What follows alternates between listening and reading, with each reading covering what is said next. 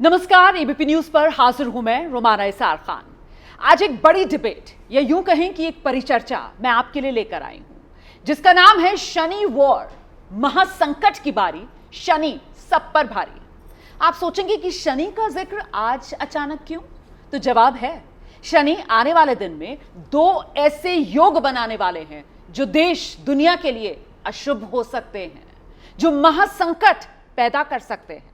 आम आदमी की जिंदगी से लेकर शेयर मार्केट, राजनीति, सब पर इसका प्रभाव। तो इसी के असर से कई देशों में सत्ता परिवर्तन तक हो सकता है। ज्योतिष शास्त्र के मुताबिक शनि की वजह से सबसे बड़े खतरे वाले दो महासंयोग बन रहे हैं। तो सबसे पहले तो आप इनके बारे में जानिए, ये कौन से हैं दो महासंयोग। पहला है षड्ग्रही और दूसरा है शनि और राहु की युति। 29 मार्च को यही सबसे बड़ा खतरा। 30 साल बाद शनि की चाल से यह भूचाल आ सकता है और इसकी शुरुआत 29 मार्च से होने जा रही है। अब सवाल यह कि 29 मार्च आखिर क्या होने वाला है? शनि करीब 2.5 साल बाद राशि परिवर्तन करने जा रहे हैं। आप जानते हैं शनि 2.5 साल के बाद ही राशि परिवर्तन करते हैं और इस बार शनि अभी तक जो अपनी स्वराशि कुंभ में है उससे निकलकर मीन राशि में अब शनि का गोचर होगा। मीन राशि में शनि षड्ग्रही योग बनाएंगे, मतलब शनि के अलावा 5 और ग्रह वहां पर मौजूद होंगे और ये 6 ग्रहों का षड्ग्रही योग बनेगा। राशि परिवर्तन के साथ पाया भी शनि का बदलने वाला है। सोना, चांदी, तांबा, लोहे के पाए पर गोचर शनि करेंगे और शनि सबसे खतरनाक योग जो बनाने जा रहे हैं इस षड्ग्रही योग में, वो राहु के साथ बनने जा रहा है। दरअसल आप जानते हैं कि ज्योतिष में 3 ग्रहों को पाप ग्रह माना जाता है और वो कौन कौन से 3 ग्रह हैं? शनि, राहु, केतु।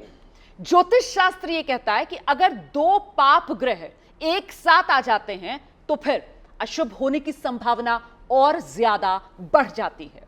तो ये योग बहुत ही खतरनाक हो जाता है और 29 मार्च की रात से आने वाले 51 दिन के करीब ये शनि, राहु, इनकी युति बनी रहेगी।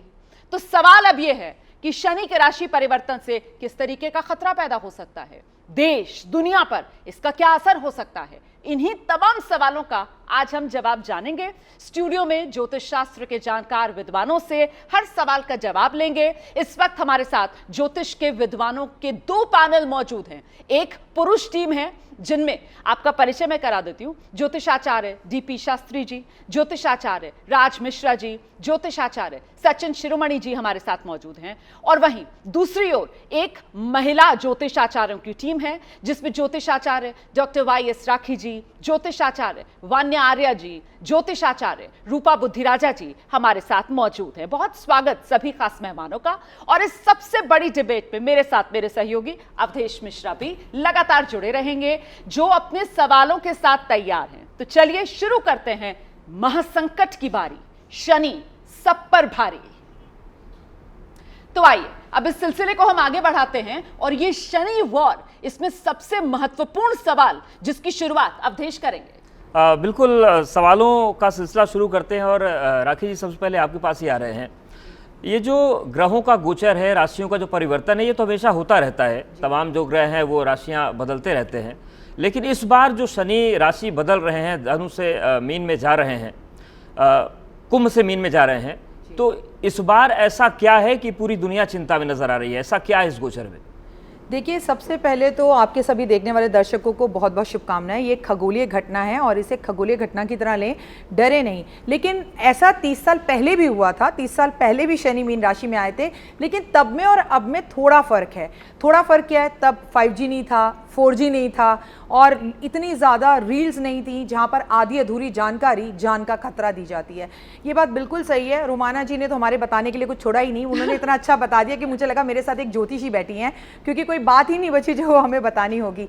लेकिन एक बात ज़रूर कहूँगी कि ये बात सही है कि वहाँ पर सूर्य भी है।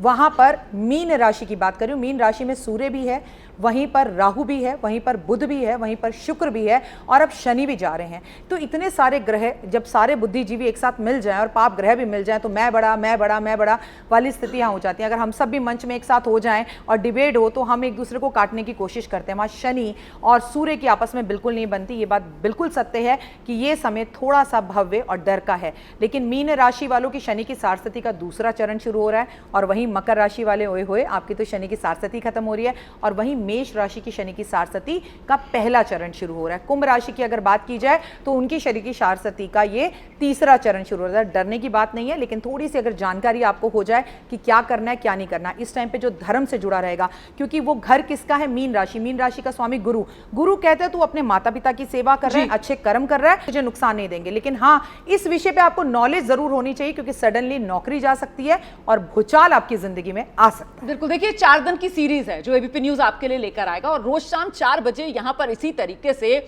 विद्वानों के साथ, ज्योतिषाचार्यों के साथ हम आपकी मुलाकात कराएंगे। आज राशियों को लेकर हम चर्चा नहीं करेंगे। आज ये जो योग बन रहा है ना देश दुनिया पर, इसका प्रभाव, क्योंकि यहां पर महत्वपूर्ण यह हो जाता है कि किस तरीके से ये योग जो 30 साल के बाद बन रहा है, कुंभ से मीन में जब शनि जाएंगे तो वहां पर 6 ग्रह हो जाएंगे। इसका मतलब सबसे ज्यादा प्रभावित राशि जो है क्या वो मीन ही होने वाली है? इस पर जरा जानकारी लेते हैं आचार्य शास्त्री जी। देखिए, एक तो बड़ी शुभकामना आपको देना चाहता हूँ। ये संवत्सर जो है सिद्धार्थ नाम का संवत्सर होगा। इसमें लिखा गया है सिद्धार्थे संवत्सरे भूपा ज्ञान वैराग्यनी। इस संवत्सर में ज्ञान वैराग्य की भी प्राप्ति होगी, शांति का भी प्रतीक के रूप में देता है। शनि और सूर्य की जो युति है शुरुआत में, वो 1 महीना 1 अप्रैल तक रेवती नक्षत्र में चंद्रमा और मंगल की अंतर्दशा पश्चिम कंट्री और उत्तर कंट्री के लिए ठीक नहीं है, क्योंकि कुंभ राशि से शनि गुरु के राशि में उत्तर दिशा में उस राशि में जा रहे हैं, मीन राशि में जा रहे हैं। तो ये 2 कंट्रियों के लिए ये कहीं ना कहीं अनहोनी, अशांति, भूकंप, अन्यथा कोई लड़ाई झगड़े बना रहेगा। एक चीज और यहाँ जुड़ता है, ये संवत्सर 20 संवत्सर चल रहा है, इसका मालिक रुद्र है। अब ये 5 साल तक ऐसे ही रहेगा लड़ाई झगड़ा, इसी साल नहीं खत्म हो रहा है। रुद्र का प्रभाव ज्योतिष गणना के अनुसार 5 वर्ष आगे संवत्सर में बना रहेगा। तो कहीं ना कहीं स्थिति इस तरह भयावह बनी रहेगी। बल्कि एक चीज यहाँ प्लस पॉइंट ये है कि वहाँ शुक्र उच्च का है और चंद्रमा भी मीन में है, तो दोनों शुभ ग्रह है। सूर्य पापी नहीं है, क्रूर पापी है। अभी आपने 3 ग्रहों को पापी बताया, इनसे भी ज्यादा पापी सूर्य है, उसको क्रूर पापी के संज्ञा ज्योतिष में दिया गया है, वो भी वहाँ बैठा हुआ है। तो सबसे पहली एक चीज प्लस पॉइंट है कि शुक्र चंद्रमा एक शांति का संदेश है। रेवती नक्षत्र बुध का नक्षत्र है। ब्रह्मा जी ने सर्वप्रथम में सृष्टि का कर्म अश्विनी नक्षत्र में लिखा, जो उस दिन 4:34 पे आ जाएगा, और उन्होंने मेष लगन में लिखा और साथ में ब्रह्मयोग इत्यादि 33 करण लिया। तो ज्योतिष के अनुसार जब भी संवत्सर शुरू होता है, माँ भगवती दुर्गा आती हैं तो नवधा भक्ति लेके आती हैं। 9 दिन जब तब ज्ञान ध्यान भगवान के पूजन पाठ करने से प्रकृति की वायलेंस बनता है, समाज का भी बनेगा, संस्कृति की बनेगी, और संसार में जो व्यक्ति भगवान के प्रति, गुरु के प्रति सेवा भाव रखेगा, बिल्कुल, उसको अगर कभी भी अनहोनी नहीं कर सकता। बिल्कुल, आप गुरु की बात कर रहे हैं पंडित राज मिश्रा जी, तो गुरु से जुड़ा सवाल ले लेते हैं कि जो ये गोचर है शनि का, वो गुरु की राशि में जा रहे हैं, तो गुरु की राशि में जा रहे हैं शनि, तो इसका क्या प्रभाव होगा? मेरे दृष्टि से यही सबसे महत्वपूर्ण है जो हम यहाँ चर्चा कर रहे हैं ना। मैं एक बात बहुत स्पष्ट कह सकता हूं, अगर वो गुरु के घर में ना जा रहे होते तो मैं कहता शायद उनका प्रभाव उस प्रकार नहीं पड़ेगा जो पड़ने की संभावना है। गुरु के घर में आप सोचिए, देवगुरु जो बृहस्पति हैं सभी ग्रहों के गुरु माने जाते हैं, और बहुत इंपॉर्टेंट होता है जो अपने टीचर के घर में जाते हैं, अपने गुरु के घर में जाते हैं, अपने हेड के घर में जाते हैं, तो अपने काम को बाखूबी करने का प्रयास करते हैं, थोड़ी भी कमी नहीं छोड़ना चाहते हैं। इस कारण से शनि का प्रभाव, चाहे वो व्यक्ति हो, चाहे वो मैं किसी कंट्री की बात करूं, चाहे मैं वनस्पति की बात करूं, प्रकृति की बात करूं, पशु पक्षी की बात करूं, हर व्यक्ति पर उसका प्रभाव पड़ेगा। कोई भी उसके प्रभाव से अछूता रह जाए ये पॉसिबल ही नहीं है। और हां, प्रभाव अलग अलग हो सकता है लेकिन पड़ेगा। गुरु के घर में होने के कारण शनि का जो अपना कार्य है, शनि का कार्य क्या है? शनि का कार्य है न्यायिक प्रक्रिया को देना, और यह ध्यान रखना होगा हम सभी को, शनि ने अपने पिता को भी नहीं छोड़ा था। जब उनकी माता छाया को छोड़ने का प्रयास सूर्य ने किया तो सबसे पहले भाई बहनों में, शनि 5 भाई बहन टोटल है ना, 3 उनकी बहनें हैं, भद्रा उनकी बहन है, यमुना उनकी बहन है, धृति उनकी बहन है, और उसके साथ उनके भाई यमराज हैं।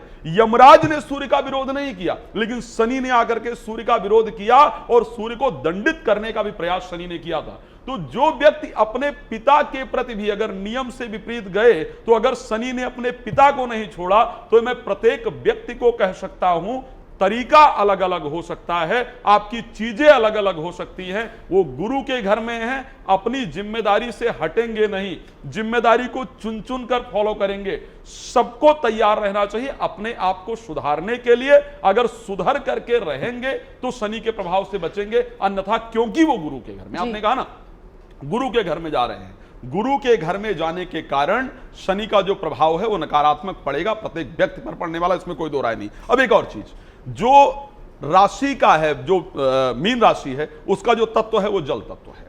शनि वायु तत्व प्लैनेट है। वायु और जल का संबंध आपस में अच्छा नहीं है, वायु और जल की मित्रता नहीं है। ज्योतिष को जानने वाला कोई भी व्यक्ति इसको नकार नहीं सकता है। तो वहां पर शनि अपने आप को कंफर्टेबल फील नहीं करते हैं। बृहस्पति के घर में शनि कभी भी अपने आप को कंफर्टेबल फील नहीं करते हैं। अच्छा। और अगर जज चेयर पर बैठा हुआ है और वो अपने आप को कंफर्टेबल फील नहीं कर रहा है, तो आप सोचिए आपका क्या होने वाला है। अगर आपका केस बिल्कुल क्लियर हुआ, साफ सुथरा हुआ, तो यह पॉसिबल है कि डिसीजन आपके पक्ष में हो। अन्यथा अगर थोड़ा भी उसको समझ नहीं आया तो आप भूमिका यहाँ पर बांध दी है। मुझे लगता है जरा सा ज्योतिष आचार्य हम सचिन शिरोमणि जी का रुख करते हैं और उन्हीं से ये समझते हैं, इसी वजह से ये धारणा बन रही है क्या कि शनि अब ये जिस तरीके से राशि परिवर्तन करेंगे तो फिर संकट बढ़ाएंगे? बिल्कुल, देखिए ये जो परिवर्तन होगा 29 मार्च 2025 से लेकर 3 जून 2027 तक ही रहने वाला है। पूर्वा भाद्रपद नक्षत्र, उत्तरा भाद्रपद नक्षत्र और इसके बाद होगा रेवती। तो भ्रमण करते हुए जब शनि इन तीनों नक्षत्रों को क्रॉस करेंगे, चूंकि राज मिश्रा जी ने कहा कि ये जलीय राशि है, नो डाउट जलीय राशि है मीन राशि, लेकिन जब आएंगे जैसे ही शनि इस राशि के अंदर, जलीय आपदा आएगी। और 12वीं राशि है भचक्र की, क्योंकि ज़ोडिएक का ये 12वां साइन है मीन राशि का। तो इसके अंदर क्या होता है, मेष राशि से जैसे हमारा जो साइन स्टार्ट होता है, तो पूरा निचोड़ जो है अब तक का शनि आपको देंगे। यानी मेष राशि से जब तक भ्रमण करते आए थे, मीन राशि पर इनका एक चक्र, यानी कि पूरा 30 साल के अंदर ये चक्र पूरा होगा। तो ऐसे में अगर आप चाहते हैं कि आपको सकारात्मक परिणाम मिले, क्योंकि शनि कर्म है, आप अपने कर्मों पर ध्यान दीजिए, क्योंकि ये बृहस्पति की राशि है। वही बृहस्पति जहां शनि की राशि में जाकर, यानी मकर राशि में जाकर बृहस्पति नीच के हो जाते हैं। और यहीं धनु राशि वालों को थोड़ा सा चिंता करने की जरूरत जरूर होगी। और इसी के साथ ही सिंह राशि वाले हर तरीके से राशियों को लेकर अगर आज ही सारी बात कर देंगे तो फिर आने वाले एपिसोड में हम क्या करेंगे? आज राशियां नहीं जी, 2 राशियों को जरूर मैं इंगित करूंगा रोमाना जी, कि धनु और सिंह बताएंगे हम इनके बारे में आने वाले दिनों में। लेकिन जो बात आपने कही ना, मुझे लगता है जरा सा हम ज्योतिषाचार्य वान्य आर्य के पास चलते हैं। जिस बात का वो जिक्र कर रहे थे कि साहब मीन राशि शनि ग्रह का जो गोचर है, एक तरीके से उसका अंतिम बिंदु है। ये 30 साल का पूरा समय जो है उस चक्र पर एक तरीके से विराम लगने वाला है। तो वो जो बाकी पिछले 28 साल या 27.5 साल और ये आने वाले 2.5 साल, इसमें किस तरीके का बदलाव? देखिए, 7.5 का मतलब होता है टोटल पीरियड ऑफ 7.5 साल, और ढैया का मतलब होता है 2.5 साल। तो शनि जो है कहीं ना कहीं हमारे एंसेस्टर्स हैं, हमारे पूर्वज हैं, कहीं ना कहीं शनि का बहुत ज़्यादा प्रभाव पड़ता है। शनि ज़मीन से जुड़ा हुआ है और अभी जो है ये जब मीन राशि में गोचर करेगा, क्योंकि मीन राशि जो होती है कहीं ना कहीं ये लोग अपने गुरु की जो राशि ये जो होती है मीन राशि, जिसके स्वामी जो होते हैं गुरुदेव बृहस्पति होते हैं। तो ऐसे में हमें बहुत ज़्यादा संभल के चलना है। स्पेशली जिन लोगों की 7.5 से जिनको छुटकारा मिल रहा है तो उनके लिए ये जो है रिलीफ का टाइम है, लेकिन और ढैया से छुटकारा, लेकिन जिनकी 7.5 शुरू हो रही है उनको जो है बहुत अलर्ट और कॉशियस रहना है। शनि हमें जीवन में देता नहीं है, शनि हमें जीवन में लौटाता है। जो हम यूनिवर्स को देते हैं वही हमें यूनिवर्स से वापस मिलता है। तो हमें बहुत सोच समझ के देना है कि हम दे क्या रहे हैं। हम अगर हेट देंगे तो वो हेट ही हमें वापस मिलेगी। तो अपने कर्मा पर खास ध्यान रखना है, डिसिप्लिन रखना है अपनी लाइफ में। अपनी लाइफ में हमें नियम का पालन करना है। शनि जो है वो एक डिसिप्लिन है। शनि हमें हर चीज पर, छोटी छोटी चीज पर हमें खास चेक रखना है। हार्ड वर्क, शनि है कंटिन्यूस अपग्रेड। शनि है वो चींटी जो एक पहाड़ पर धीरे धीरे चढ़ती है और एक दिन जो है वो राइज एंड शाइन करती है, लेकिन बिना शो ऑफ करे, धीरे धीरे। शनि एक डल प्लैनेट है, तो हमें जो है हर चीज का जो है अपनी लाइफ में ध्यान रखना है। शनि जो है इस टाइम पर जब मीन राशि में गोचर करेगा तो जो भी वाटर बॉडीज हैं आपकी, आप जल तत्व की जो भी चीजें हैं, जैसे आपके फ्लड्स हो गए, इस तरह की चीजें भी जो है इंपैक्ट करेंगी। वेस्टर्न कंट्रीज को भी जो है बहुत ज्यादा इंपैक्ट करेगा। कहीं ना कहीं आप पॉलिटिकल इंस्टेबिलिटी भी जो है ये भी देख सकते हैं, स्पेशली ये जो पीरियड है जब शनि और राहु दोनों एक साथ युति बनाएंगे, बिकॉज दोनों ही थोड़े से नेगेटिव प्लैनेट्स हैं, तो वहां पर आप देखेंगे बहुत ज्यादा उथल पुथल हो रहा है। तो हमें करना क्या है, वो अपनी गुरु की राशि में जा रहे हैं। पहली बात, हनुमान चालीसा जो लोग करते हैं, कहते हैं जो लोग हनुमान जी की आराधना करते हैं उनको शनि कभी भी तंग नहीं करते। बिल्कुल, उपाय पर भी आएंगे, उपाय पर विस्तार से हम लोग बात करेंगे। लेकिन रूपा जी, एक सवाल ये है कि गुरु की बात हो गई, शनि की बात हो गई और इसके अलावा राहु की बात हो गई, लेकिन 6 ग्रहों का योग बन रहा है। उसी मीन राशि में जो शुक्र हैं वो उच्चस्थ अवस्था में है, जो बुध है वो नीचस्थ अवस्था में है, तो इनका क्या इम्पैक्ट पड़ेगा कि एक ग्रह उच्च का है, एक ग्रह नीच का है, शनि पहले से ही वहाँ पर हैं, सूर्य से पटती नहीं है, तो ये कौन सा बवाल होने जा रहा है मीन राशि पर? देखिए, सबसे पहले तो मैं ये बताना चाहूँगी, जब कुंभ राशि से निकलकर मीन राशि में शनि जाएंगे, शनि अपने आप में सभी ग्रहों का ज़्यादा फल देने वाले ग्रह हैं, अपने आप में ज़्यादा इम्पैक्ट देने वाले ग्रह हैं। अगर हम बुध की बात करें तो बुध तो जिस ग्रह के साथ बैठता है वैसा ही रिजल्ट देता है, और वो नीच के होने जा रहे हैं, तो व्यापार से रिलेटेड प्रॉब्लम्स आ सकती हैं, कहीं ना कहीं उससे रिलेटेड आप चीज़ें देखेंगे। और सूर्य भी यहाँ पर है, बट मुझे ऐसा लगता है कि जब आप शनि का गणना देख रहे हैं, सबसे ज़्यादा इंपॉर्टेंट हमारे लिए कि रिजल्ट क्या आएगा। शनि जब मीन राशि में जाते हैं तो मीन राशि पे जाने का कारण होता है कि इमोशनली हम लोग काफ़ी ड्रेन फील करेंगे, हमारे इमोशंस पर ये चीज़ जाएगी। आपने अभी भी देखा होगा अमेरिका का जैसे अभी सीन हुआ है, अमेरिका की जब बात हुई है यूक्रेन से, तो उसमें भी आपको लड़ाई वाली कोई चीज़ नहीं दिखाई दी, आपको ये दिखाई दिया इमोशनली चीज़ें हो रही हैं। हम आपके माध्यम से ये जागरूक करना चाह रहे हैं, इस चीज़ को आप पहले तो डरिए नहीं, घबराइए नहीं, ये एक खगोलीय घटना है, ऐसा पहले भी हो चुका है, ऐसे पहले भी हुआ है शनि का परिवर्तन, और ऐसा अभी भी हुआ है। शनि का परिवर्तन इतना खतरनाक नहीं है। शनि का परिवर्तन जो होने जा रहा है उसका इंपैक्ट कैसे आ रहा है, देखिए सभी कुंडलियों के हिसाब से अलग अलग इंपैक्ट पड़ता है। शनि का कहां से परिवर्तन हो रहा है, लगन से परिवर्तन जा रहा है, दूसरे घर से जा रहा है, वैसा ही हर इंसान पर प्रभाव पड़ेगा। पर यह बिल्कुल सही बात है कि हर जीव पर, हर व्यक्ति पर इसका प्रभाव पड़ेगा, इससे बचा नहीं जा सकता। परंतु प्रभाव क्या पड़ेगा? प्रभाव यह पड़ेगा कि इमोशनल लेवल पर आप देखेंगे तलाक बहुत होंगे, इमोशनल लेवल पर लोग बहुत जल्दी डिसीजन लेंगे, चाहे वो मर्डर का डिसीजन हो, चाहे वो रिश्ते छोड़ने का डिसीजन हो, घर छोड़ने का डिसीजन हो, हर तरीके से क्राइम बढ़ेगा और अलगाव बढ़ेगा, ये होगा। लेकिन इससे भी मैं ये बोलूंगी, ये साल में ऐसा नहीं होगा, आगे आने वाले 2.5 सालों तक इस चीज का आप प्रभाव देखेंगे। ये साल में जो होने जा रहा है, ये साल में आप अपने आप को व्यवस्थित करिए, अपने आप को इमोशनली, आप कहते हैं ना, अपने आप को इमोशनली बैलेंस करिए। शनि आज का फल नहीं दे रहे आपको, शनि आप जो कल करके आए हैं उसका आज फल है। आपने कल कैसे कर्म किए हैं, आज उसका रिजल्ट मिलेगा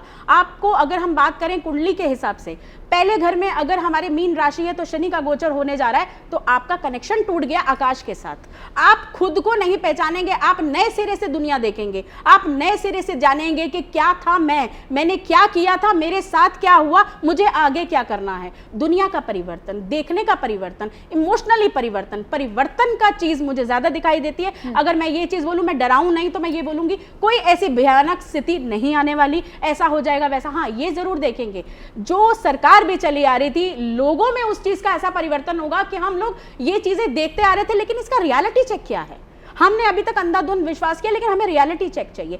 ये परिवर्तन, ये योग लेकर आएंगे। तो ये जितने परिवर्तनों की बात की है, यहाँ पर राखी जी के पास में चलूंगी, ये परिवर्तन जो है वो सकारात्मक ज्यादा परिवर्तन देश दुनिया में देखने के लिए मिलेंगे या नकारात्मक प्रभाव ज्यादा? क्योंकि देखिए दुनिया के अंदर अभी भी युद्ध की स्थिति बनी हुई है, और जिस तरीके से यहाँ से ज्योतिषाचार्य ने कहा कि साहब इसका प्रभाव जो है वो ज्यादा दुनिया के पश्चिमी हिस्से और उत्तरी हिस्से, नॉर्थ और वेस्ट रीजन्स पे ज्यादा पड़ेगा। तो ये वही नॉर्थ और वेस्ट रीजन्स हैं जहां पर मुल्क जो है वो आपस में युद्ध की स्थिति में हैं। तो उस पर आपको क्या लगता है प्रभाव, ये जो दुनिया युद्ध में फंसी हुई है उसका कुछ इसका नतीजा कुछ निकल सकता है, परिणाम हल हो सकती है सिचुएशन, या और एस्केलेट हो सकती है? देखिए, मैं सोच ही रही थी कि आप मुझसे सवाल पूछे, क्योंकि हमारे कार्यक्रम का नाम है शनि वॉर। मैं देखिए, पहले तो एक बात पे ध्यान दीजिए कि मेरे जितने भी पैनल पे बैठे हुए मित्रों ने बोला, 100% उनकी बात से मैं एग्री करती हूँ, सबने बिल्कुल सही बोला।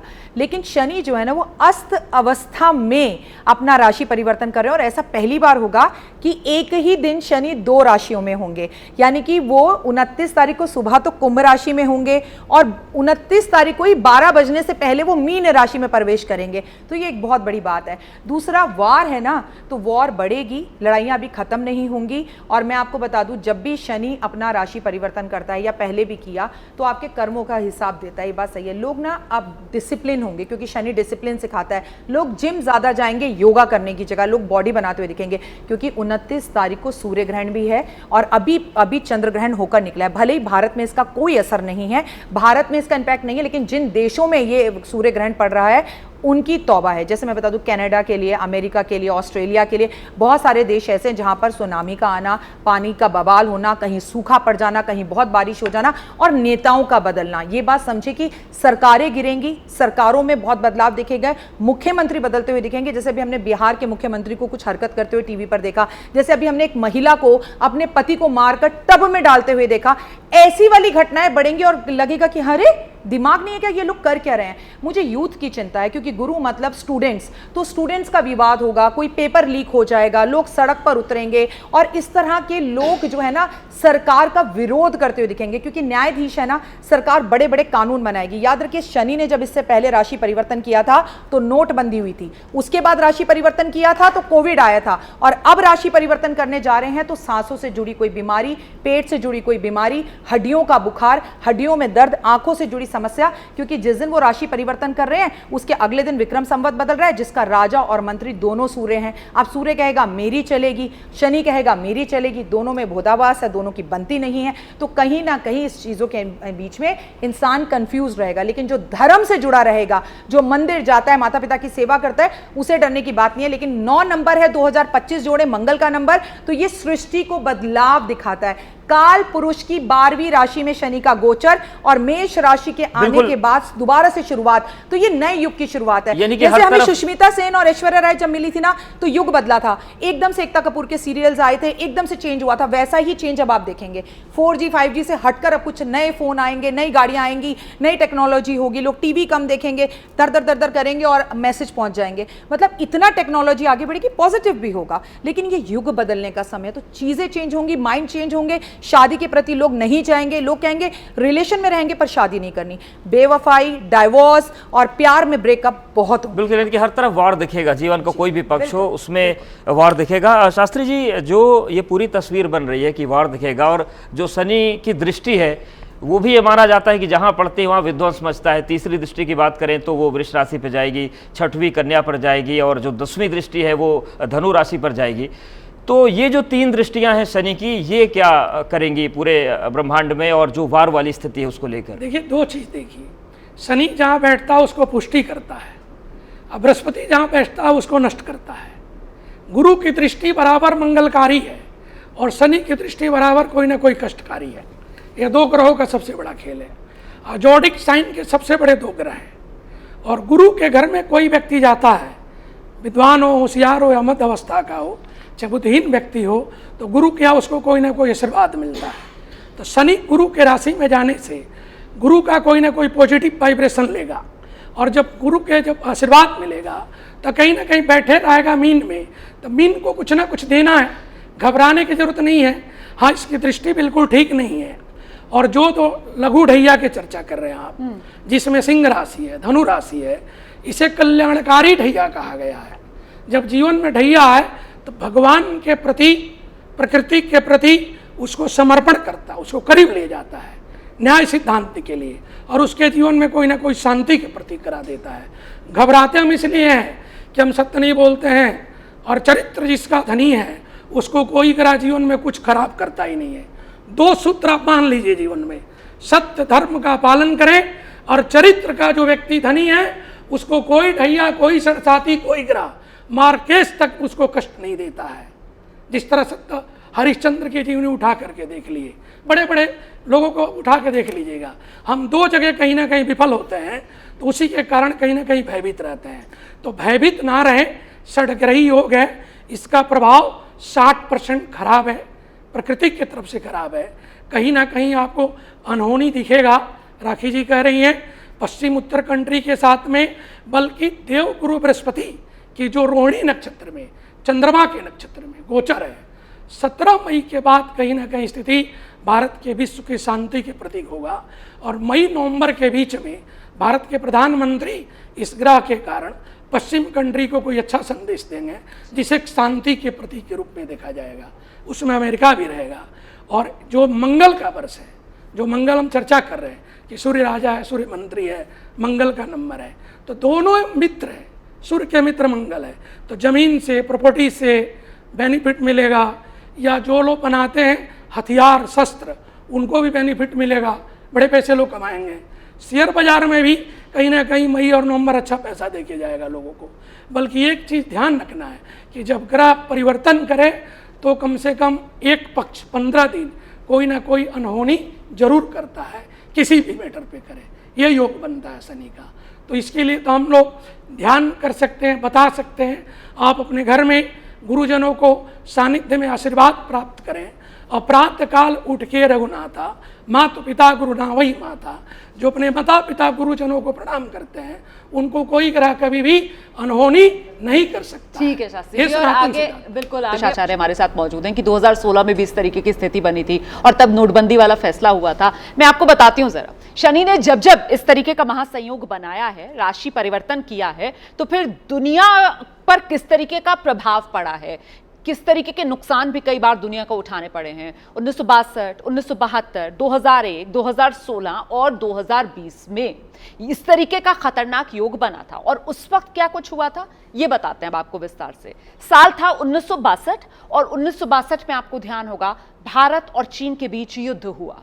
1972 में भी इसी तरीके का संयोग बना। तब महाराष्ट्र में भयंकर सूखा पड़ा था और करीब 2.5 करोड़ की आबादी उससे प्रभावित हुई थी। इसके अलावा भारत के पूर्वोत्तर हिस्से में सबसे ज्यादा बारिश उसी साल हुई थी, बाढ़ आई थी वहां पर। और इसके अलावा दुनिया की अगर बात की जाए तो जर्मनी के म्यूनिक में ओलंपिक खेलों में एक नरसंहार हुआ था। आतंकियों ने 11 इजरायली एथलीट्स की हत्या कर दी थी।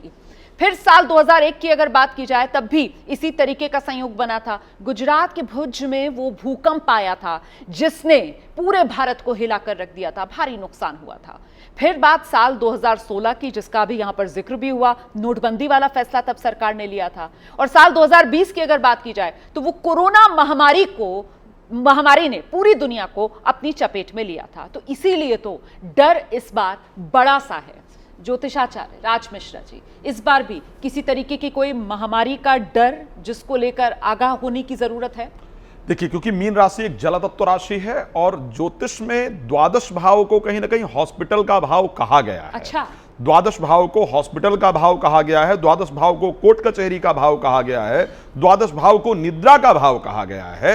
मैं एक बार बड़ा क्लियर कह रहा हूं, अगर उठा करके देख लीजिएगा, अगर कोई डाटा कलेक्ट कर सके, मीन में शनि के जाने के बाद जो 2.5 वर्ष का करीब 2027 तक रहने वाले हैं, 4 जून तक मीन राशि में रहेंगे। 2027 4 जून को मेष राशि में प्रवेश करेंगे 2027 में। इस समय तक अगर उठा करके देखेंगे तो नींद की जो दवाइयां हैं वो सबसे अधिक बिकने वाली हैं। अगर कोई कलेक्ट कर सके तो मैं क्लियर कह रहा हूं और मैं गारंटी दे सकता हूं कि इस समय तक जो नींद की मेडिसिन है स्पेशली, वो सबसे अधिक बिकेंगी। तो ये परिस्थिति शनि क्रिएट करेंगे। और कोई इस प्रकार की बीमारी, जैसे कि पिछले हम लोगों ने देखा है कि जो बीमारी आई है, जैसे कोरोना महामारी आई है, इस प्रकार की बीमारी जिसका जल से और वायु, ऑक्सीजन से और जल से संबंध हो, जो बीमारी स्पेशली फेफड़े से रिलेटेड हो। फेफड़ा ही ऐसा जगह है जहां पर, क्योंकि कफ प्रकृति जो है स्पेशली फेफड़े को प्रभावित करती है, और यहां पर वायु और जल से, ऑक्सीजन और जल का जो प्रभाव है यहां होता है, तो कोई इस प्रकार की बीमारी जो हृदय से संबंधित हो उसको शनि निश्चित रूप से देने वाले हैं। मैं एक बात कह रहा हूं, बड़ा स्पष्ट बता रहा हूं, शनि को कंट्रोल कर पाना आसान नहीं है। शनि जब रोहिणी नक्षत्र के अंतर्गत प्रवेश कर रहे हैं, सतयुग की बात कर रहा हूं, उस समय जब महाराज दशरथ को यह पता चला कि शनि सकट भेद के अंतर्गत रोहिणी नक्षत्र में प्रवेश करेंगे, तो उन्होंने महाराज वशिष्ठ से चर्चा किया कि क्या करना चाहिए। 12 वर्ष के लिए क्लियर हुआ कि 12 वर्ष के लिए धरती पर अकाल पड़ जाएगा, सूखा पड़ जाएगा, परिस्थिति खराब होगी। बोले क्या करें? वशिष्ठ जी ने सीधे हाथ खड़ा किया, बोले अगर ब्रह्मा भी चाहें तो शनि के प्रभाव को कम नहीं कर सकते हैं। ये महाराज वशिष्ठ का था और मैं उसका प्रमाण दे सकता हूं, मेरे पास लिखित में यहां प्रमाण है। उन्होंने कहा नहीं कर सकते। बोले फिर क्या किया जाए? अब वो अपने दिव्य अस्त्र पर सवार हुए और बोले मैं शनि को प्रवेश ही नहीं करने दूंगा, और अपने दिव्य अस्त्रों से चढ़ करके युद्ध के लिए गए। महाराज दशरथ साधारण नहीं थे, इंद्र उनके लिए आधा आसन छोड़ दिया करते थे।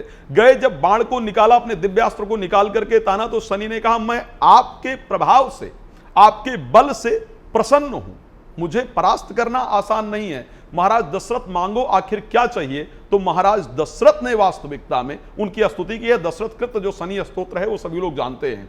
लेकिन उसके बाद भी जब शनि से वापस जब आ रहे थे तो शनि की जो आंख थी, शनि की आंख जनरली हमेशा ढकी हुई रहती है। एक चीज और देखिएगा, मीन राशि के सबसे अधिक लोग मिलेंगे जो दाढ़ी बढ़ाए हुए मिलेंगे आपको। शनि का एक स्वरूप है, शनि का स्वरूप है दाढ़ी बढ़ाने वाला, और जो सबसे अधिक मोटापा कम होने वाला है वो मीन राशि के लोगों का होने वाला है।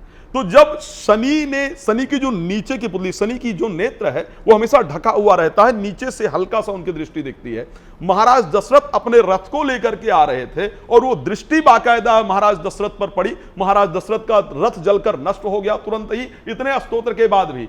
तब महाराज जटायु ने उठा करके उनको अपने पंख में बचाया, छुपाया। इसी कारण से जटायु को अपना मित्र महाराज दशरथ मानते थे, और भगवान राम जब लंका जा रहे थे तो जटायु को अपना पिता जैसा कह करके संबोधित करते हैं। तो शनि के प्रभाव से बचना सबके लिए आसान नहीं होता है। आसान तरीका यही है, वो किसी ने कहा था ना, कायदे में रहेंगे तो फायदे में रहेंगे।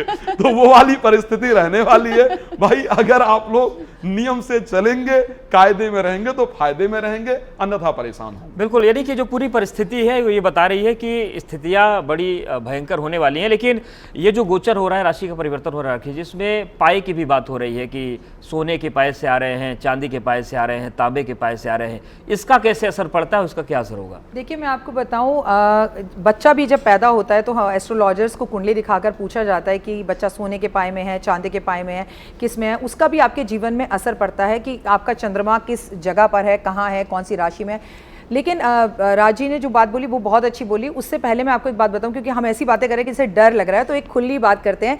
आपको पता है कि नारायण जो है नारद मुनि करते रहते हैं, वो भगवान विष्णु के सबसे प्रिय हैं। तो एक बार शनिदेव उनके पास पहुंच गए और माता लक्ष्मी पहुंच गई। तो उन्होंने बोला बताओ शनि बड़ा कि मैं बड़ा? मैं बड़ी। तो अब ये बोलने लगे अगर मैंने माता लक्ष्मी को नाराज कर दिया तो मैं निर्धन हो जाऊंगा, शनि को नाराज कर दिया तो ये मेरे सर पर चढ़ जाएंगे, आखिर मैं करूं तो क्या करूं? तो बस आपको इस सवाल से जवाब मिल जाएगा कि थोड़ा सा इंटेलिजेंट रहिए और किसी की निंदा चुगली से दूर रहिए। तो उन्होंने कहा ठीक है, मैं आप दोनों के सवाल का जवाब देता हूं, मैं यहां खड़ा हूं, नारायण नारायण कर रहा हूं, जरा शनि आप और माँ लक्ष्मी जरा चलकर मुझे दिखाएं। तो माता लक्ष्मी और शनि एक साथ चलने लग गए। फिर उन्होंने बोला आप मेरे पास वापस आइए, फिर आने लगे। तो उन्होंने कहा ठीक है नारायण, मेरी बुद्धि में बैठो और मुझे जवाब दो। तो उन्होंने बोला माता लक्ष्मी आप तो आती हुई अच्छी लगती हैं और शनि आप जाते हुए अच्छे लगते हैं। तो ऐसी ही बुद्धि से आपको इस्तेमाल करना है कि जब शनि आता है वो सोने के पाए में आए, तो आपकी कुंडली के अनुसार आप किस पाए में पैदा हुए हैं ये भी मैटर करता है। आपका शनि कहां बैठा है, देखिए आपकी मीन राशि और शनि की सारसती चल रही है और आप सोने के पाए में पैदा हुए हैं, तो फिर ये आपके लिए और भी मुसीबत वाली स्थिति हो जाएगी, तो आपके लिए कष्ट और भी हो जाएंगे। लेकिन एक बात याद रखिए, मुस्कुराएंगे, सुबह जल्दी उठेंगे। शनि को बस एक ही बात पसंद है कि सूर्य उदय से पहले उठ जाओ और उठकर वॉक करो। क्योंकि देखिए शनि की सारसती तो पहले भी आती थी, पर हमारे बुजुर्ग दादा परदादा उनके टाइम पर ये प्रॉब्लम क्यों नहीं होती थी? जब अंग्रेजों ने हम पर शासन किया तब क्यों नहीं होती थी? क्योंकि नॉर्मली लोगों को आदत थी कि सूर्य उदय से पहले उठ जाते थे। और अब हमारे बच्चे सोते ही 3-4 बजे हैं, तो ये भी एक नकारात्मक प्रभाव है। सही बात है कि नींद ही नहीं आती उन्हें रात को, और शनि की वजह से और भी नहीं आएगी। अगर आप डिसिप्लिन रहेंगे, कायदे में रहेंगे, तो सच में कुछ भी नहीं बल्कि ना आप राजा से रंक और रंक से राजा बनते हुए लोगों को देखें। मुझे लगता है आज के शो का मंत्र तो ज्योतिष आचार्य राज मिश्रा जी ने दे दिया है कि कायदे में रहेंगे तो फायदे में रहेंगे। मैं जरा सा आगे बढ़ती हूँ, ज्योतिष आचार्य सचिन जी का हम रुख करेंगे। आप मुझे बताइए कि 7.5 और ढैया के प्रभाव से कौन सी राशियां यहाँ पर मुक्त हो रही हैं, और किस राशि के जातकों पर ये 7.5 और ढैया जो है अब उसका प्रभाव पड़ने वाला है। और एक सवाल मेरे मन में और है, वो सवाल ये कि ये जो कुछ हो रहा है वो शनिवार वाले दिन हो रहा है, क्या इसका भी कोई प्रभाव जुड़ेगा? और साथ ही साथ सूर्य ग्रहण भी, जो भारत में तो नहीं दिखेगा लेकिन दुनिया के काफी हिस्सों में दिखेगा, उसको लेकर भी जरा विस्तार से जानकारी दीजिए। बिल्कुल, देखिए सबसे पहले जो लोग हमें दर्शक देख रहे हैं, सुन रहे हैं, ये जान लें कि सूर्य ग्रहण भारतवर्ष में नहीं दिखेगा, इसका कोई नियम यहां पर एप्लीकेबल नहीं होने वाला। दूसरी बात, क्योंकि शनि अमावस्या है, ये आपके लिए बहुत उत्तम दिन साबित होगा। हालांकि राज मिश्रा जी ने भी यही कहा कि भाई लोगों की नींद उड़ जाएगी। जी हां, काल पुरुष की कुंडली 12वें घर में आती है, मीन राशि। लोगों की नींद तो उड़ेगी ही, दाम्पत्य जीवन इतना दूभर हो जाएगा, पति पत्नी में इतने वाद विवाद बढ़ जाएंगे कि आपने स्वप्न में भी नहीं सोचा होगा, क्योंकि ये स्वप्न का भी घर है। मैं आपको बता दूं, 12वां घर नींद का है तो स्वप्न का भी है। रातों की नींद उड़ेगी, दाम्पत्य जीवन गड़बड़ाने लगेगा, और कहीं ना कहीं आप पति पत्नी के बीच में किसी अन्य का भी प्रवेश हो सकता है। अगर कुंडली में 7वां भाव पीड़ित है तो ये एप्लीकेबल होगा, 7वां भाव पीड़ित है तो। बात करें कि भाई इस शनि के गोचर से, एक तो कर्क राशि वाले कहीं ना कहीं जो 2.5 साल से बहुत ज्यादा परेशान थे, उन्हें इस समय थोड़ा सा सुख का आभास होगा कि हमारे काम बनने लगे हैं, लंग डिजीज कुछ कम होने लगी है। जो लोग एस्थमेटिक हैं, जिन्हें अस्थमा की प्रॉब्लम है, वो धीरे धीरे कहीं ना कहीं कवर कर पाएंगे, यानी कि पहले से बेहतर अपने आप को महसूस करेंगे, क्योंकि शनि वायु तत्व का कारक है। लंग के अंदर ही आप देखेंगे, हम जब ऑक्सीजन लेते हैं तो लंग के अंदर ही ऑक्सीजन जाती है। अगर वहीं प्रॉब्लम हो गई तो ब्रीदिंग में प्रॉब्लम हो जाती है, लंग स्टिफ हो जाते हैं, जिससे फाइब्रोसिस एक बीमारी बन जाती है। अगर हम शनि के निमित्त कुछ ना कुछ उपाय करते रहें, क्योंकि यहां पर बात करें कर्क राशि की, उन्हें राहत मिलेगी, वृश्चिक राशि को राहत मिलेगी, लेकिन जैसा कि हमने आपको पहले ही कहा था, आपने कहा था थोड़ा सा सस्पेंस क्रिएट करिए, तो यहां सिंह राशि और धनु राशि वालों को इस समय सावधान हो जाना चाहिए, अलर्ट हो जाना चाहिए। धीरे धीरे शनि के परिवर्तन का, क्योंकि ये चौथी और अष्टम ढैया रहेगी, उसका प्रभाव यहां दिखने लगेगा। क्या प्रभाव होगा, थोड़ा सा ब्रीफ कर दूं। कहीं ना कहीं मानसिक तनाव बढ़ेगा, क्योंकि सबसे पहले बॉडी के अंदर मानसिक तनाव ऐसी स्थिति होती है कि व्यक्ति को कहीं ना कहीं जीवन में उतार चढ़ाव ले आती है। आपके डिसीजन गलत होने लगते हैं, परिवार में वाद विवाद हो जाता है, बिजनेस ठीक नहीं चलता, अपने ऑफिस में आप छोटी छोटी बातों को लेकर भिड़ जाते हैं किसी से भी, तो ये आपको नहीं करना। बात करें 7.5 की, तो देखिए मकर वाले इस समय, जैसा कि राखी जी ने आते ही कह दिया, खुशखबरी दे दी, मकर राशि वाले निश्चिंत हो जाइए। कुंभ राशि वालों की उतरती हुई ये 7.5 होगी, और मीन राशि की अंतिम चरण वाली ये जो है मानी जाएगी 7.5, यानी कि मध्य की 7.5 रहेगी।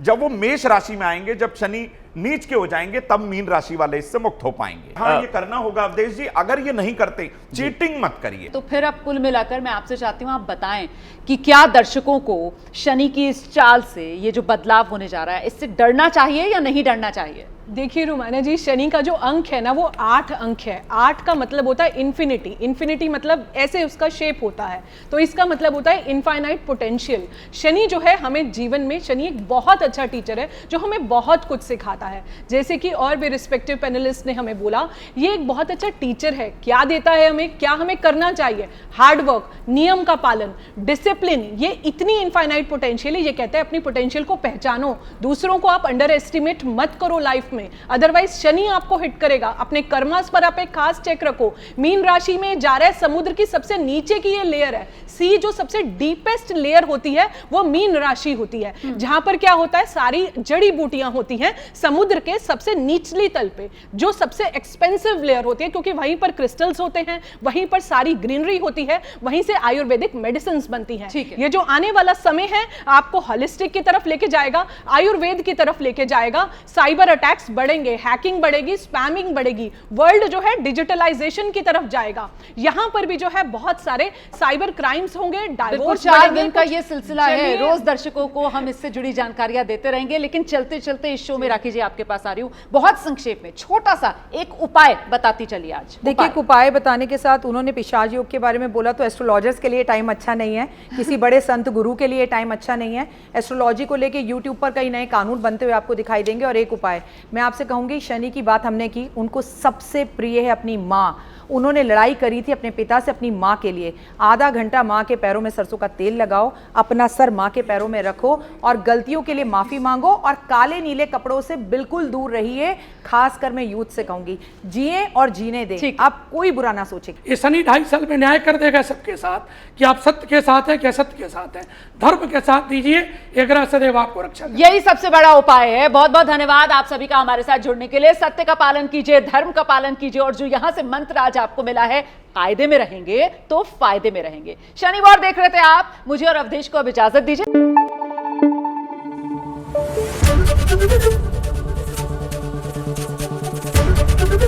एबीपी न्यूज आपको रखे आगे।